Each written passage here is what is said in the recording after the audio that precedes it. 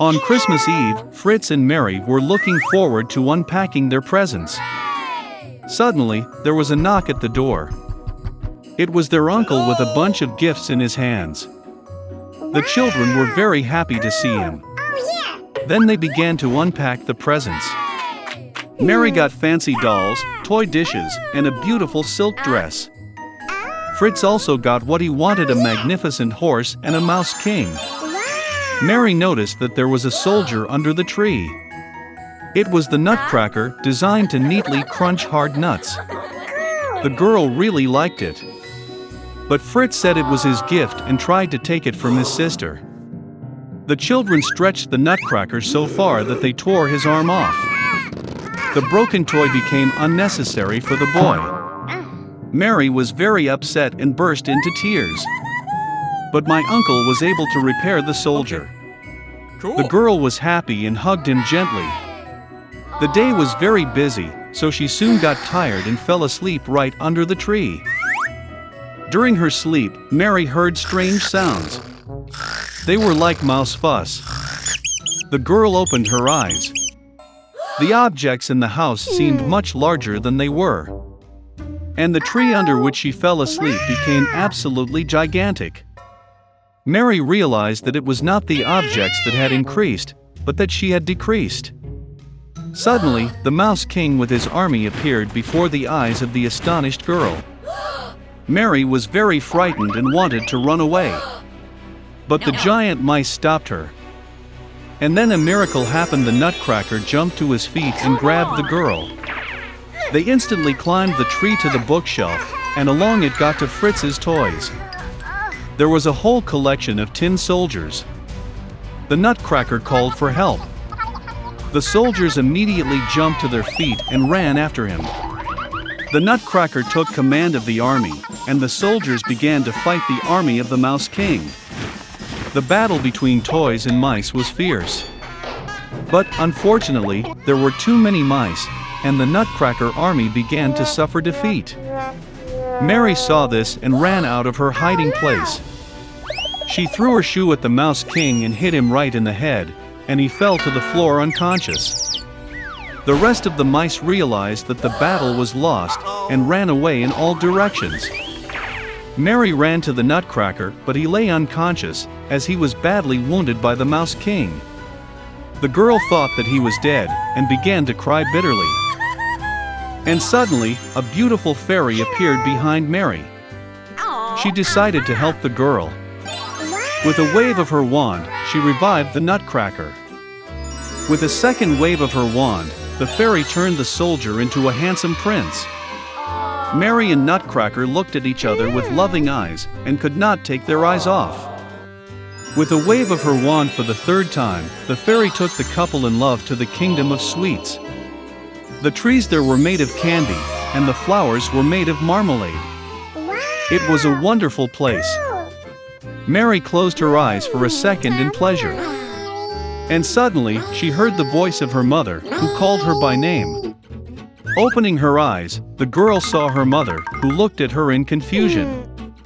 Mary also could not understand what was happening. The girl told about her wonderful journey, but her mother only smiled sweetly.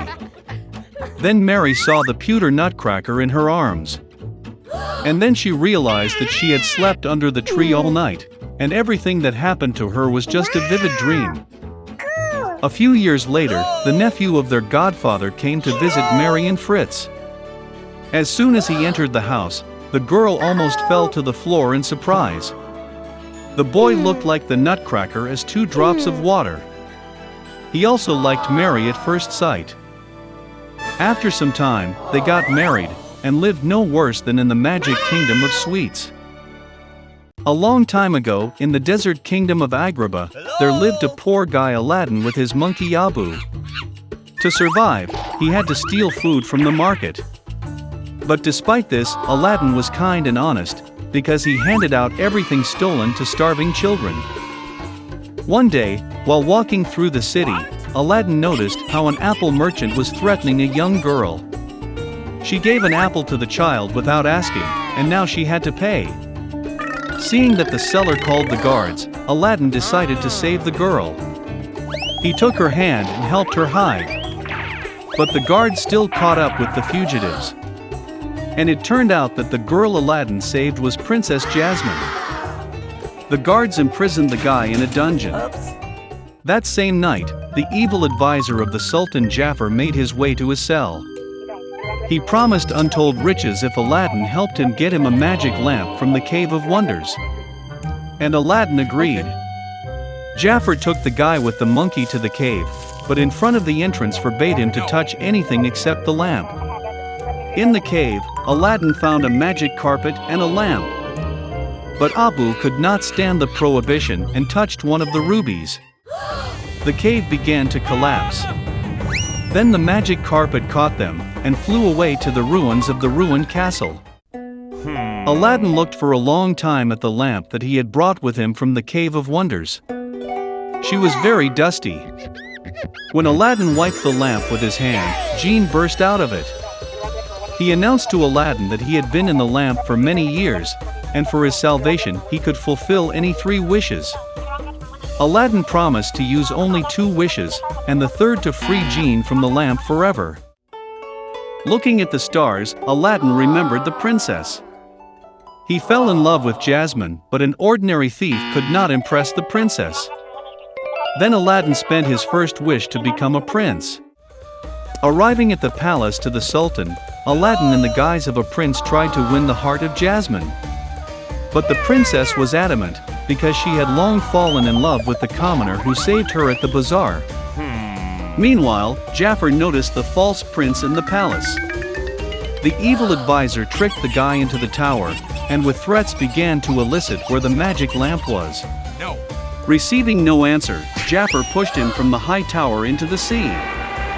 Suddenly, Abu flew in with a lamp on the rug, and Aladdin managed to rub it. Then Jinn appeared and saved them, thereby using the second wish.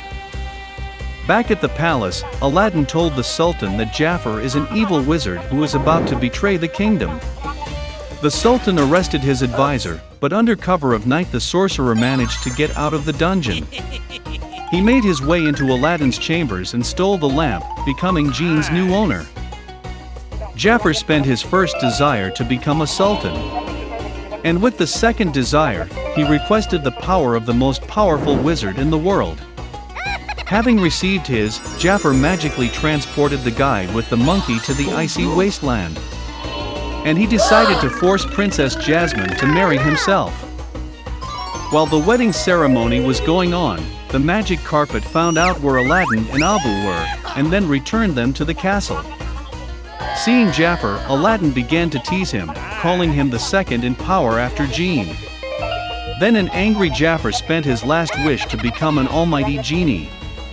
Turning into a genie, Jafar suddenly became a slave to the lamp himself. Weakening, he promised Aladdin revenge.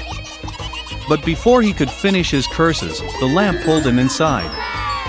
Jinn carried Jafar's lamp to the Cave of Wonders, and order was restored to the kingdom.